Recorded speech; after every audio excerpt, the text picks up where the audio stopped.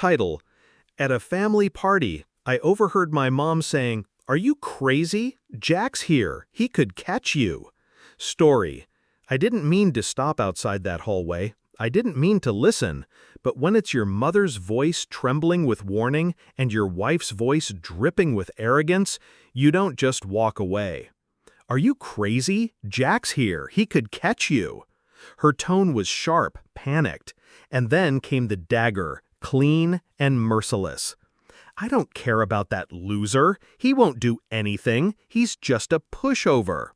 Her laugh, it burned through me. A laugh I used to love. A laugh I once believed belonged only to me.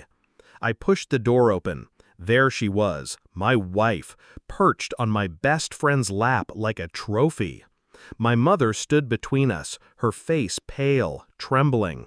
"Jack, it's not what you think. They're just joking." But my wife, she smirked, eyes sharp, unrepentant. "No, loser, we're together. If you divorce me, you'll never see your kids again." That moment, it was the clean split of my life, before and after. I said nothing. Silence was my shield. Instead, I left, returned minutes later with the marriage certificate in one hand, the wedding ring in the other. No words, just the tearing of paper, just the cold weight of metal against her face. They thought that was the end, but it was only my beginning.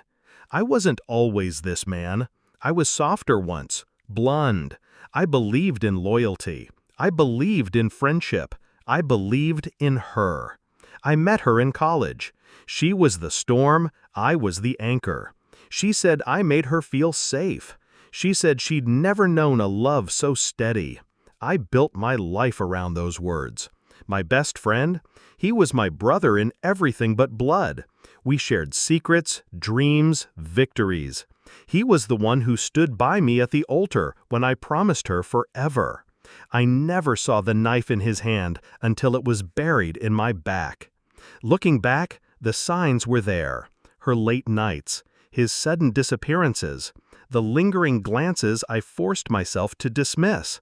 But hearing her contempt, her certainty that I would do nothing, that's what broke me. Not her betrayal, not his, her belief that I was too weak to fight back. She was wrong. Revenge is not rage. Rage is sloppy. Revenge is patience. I started quietly. First, I moved money. Opened accounts she couldn't touch. Cashed out investments in silence. Every dollar she thought was ours became mine alone. Next, I hired a lawyer, the best in town. While she bragged about her control, I handed over months of surveillance footage, text logs, and recorded calls. She never realized I had installed cameras long before that night, because I had suspected. Not enough to accuse, but enough to prepare. I documented everything. Her threats, his messages, the night she left our kids alone to meet him. Piece by piece, I built my case. And I never once confronted her. I played the fool. I let her laugh at me, ridicule me, dismiss me. Every insult was a gift. It made her careless. The first strike was financial. Her credit cards stopped working. Her car was repossessed. The joint account she relied on had vanished. She screamed, demanded answers.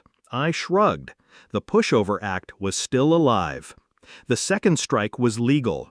Papers served at dawn. Full custody request backed by evidence she didn't know existed. The look on her face when she read the documents, like the ground had betrayed her too. The third strike was public. I chose the family party, the same stage where she humiliated me. I arrived calm, children by my side, lawyer in the room. And I let the truth bleed out.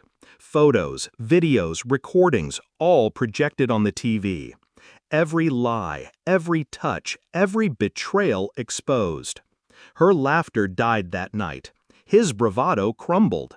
My mother wept, not for them, but for me, for the son she thought was too gentle to fight back. She screamed at me, "You'll regret this! You can't take them from me!"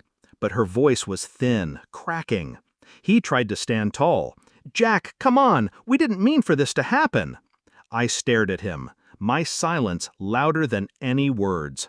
He broke first, eyes dropping, shoulders folding. And then her final attempt. "Please, Jack, we can fix this."